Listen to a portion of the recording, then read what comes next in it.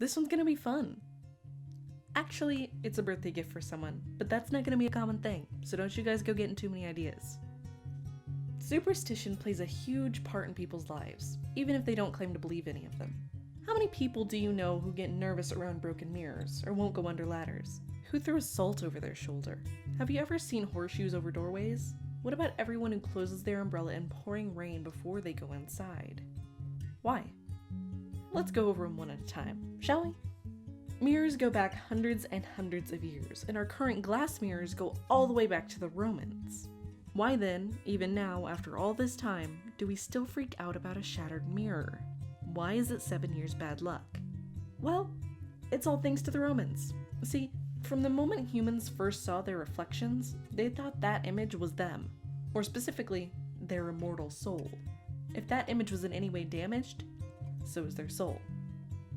The 7 years comes from Roman thinking. The human body renewed itself every 7 years, including the soul. Until the soul could be whole again, your life would be one miserable moment after the next.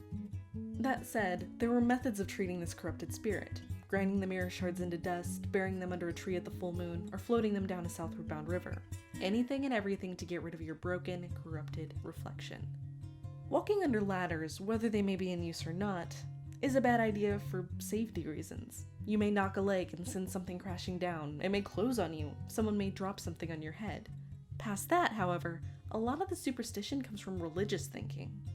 The ladder forms a triangle, symbolizing the Holy Trinity, and if you broke that by walking through, it would invite the devil.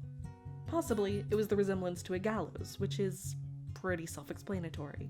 Or, as the Egyptians thought, you may catch sight of a god as you passed under, and setting eyes on the divine often meant curtains for anyone unfortunate enough to do so.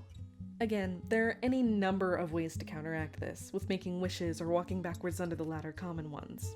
I just make it a point not to walk under ladders.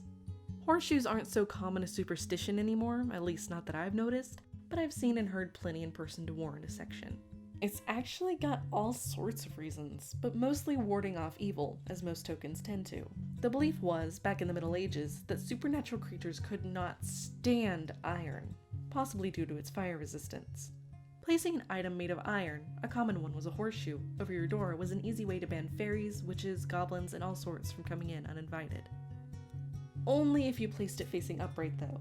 Turn it downwards, you've got a glowing neon sign welcoming every single magic nasty you can think of. Everyone's heard of this one. Don't open umbrellas indoors because bad luck awaits. It's got a few explanations to it too. Like a few of these, it started with the Egyptians. They created umbrellas, though they were more like parasols. Which, now that I think about it, makes double sense as a name, but back on track. To use one indoors, in the shade, or whatever was an offense to the sun god, apparently, and would invite rather than ward off evil spirits. Later on, when waterproof, modern umbrellas were made, they were huge. With metal spikes and being a pain to open up, having them open indoors could hurt people or break things, causing all kinds of negativity. Also, it's kind of pointless. You're inside. Finally, we're gonna move on to the precious, lauded mineral gracing everyone's homes. Salt. This one's got huge religious roots too, but part of it is really secular and, well, simple. Salt was a precious commodity and super expensive. Not to mention salty soil is barren soil.